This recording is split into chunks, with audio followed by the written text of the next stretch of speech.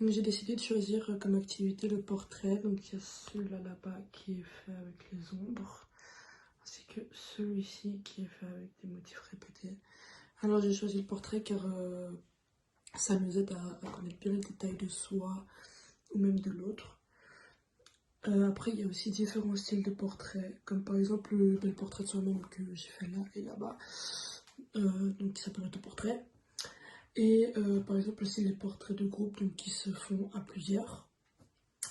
Alors il y a aussi le portrait littéraire, le portrait musical qui a pour but de créer une mélodie grâce à son prénom, comme là.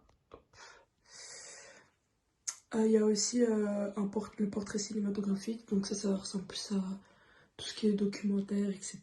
Il existe aussi le portrait radiophonique, télévisuel. Et l'une des méthodes les plus rares de toutes est celle qui fait les portraits d'animaux qu'on appelle le portrait séquestre. Donc pour ce qui est de l'histoire du portrait en lui-même, il a débuté au IIe siècle avec les Égyptiens et les Perses qui eux employaient les toutes premières méthodes en fait. Les Perses eux, ils avaient comme méthode la gravure sur de la pierre et les Égyptiens comme crayon que vous pouvez voir ici. Utilisait la méthode du portrait, la plus ancienne qui a jamais été découverte sur du bois, qui représente la seule et unique évolution du portrait sur le sarcophage. Il y a énormément de portraits qui sont connus, comme par exemple la Joconde, la jeune fille à la perle, Blanche Power, Vertume, American Gothic, etc. Il y en a plein. Je vais pas tous les citer. Par exemple, pour en prendre le plus connu, celui de Léonard de Vinci. Lui était vendu en 2015 à plus de 2 milliards d'euros. Mais aujourd'hui, il coûte encore plus cher. Après, c'est l'État qui possède le tableau, donc c'est eux qui décident de le vendre ou pas.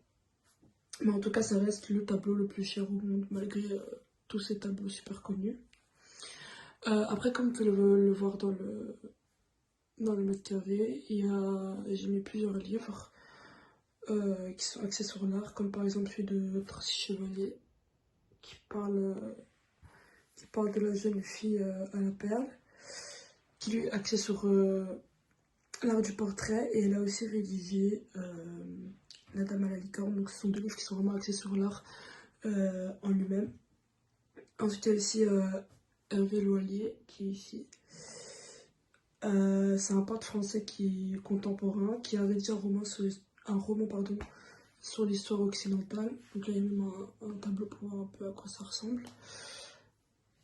Et pour finir, il y a le roman ici, L'art du portrait, qui a été rédigé par Andras Sunoyogi, je sais pas comment on le dit bien.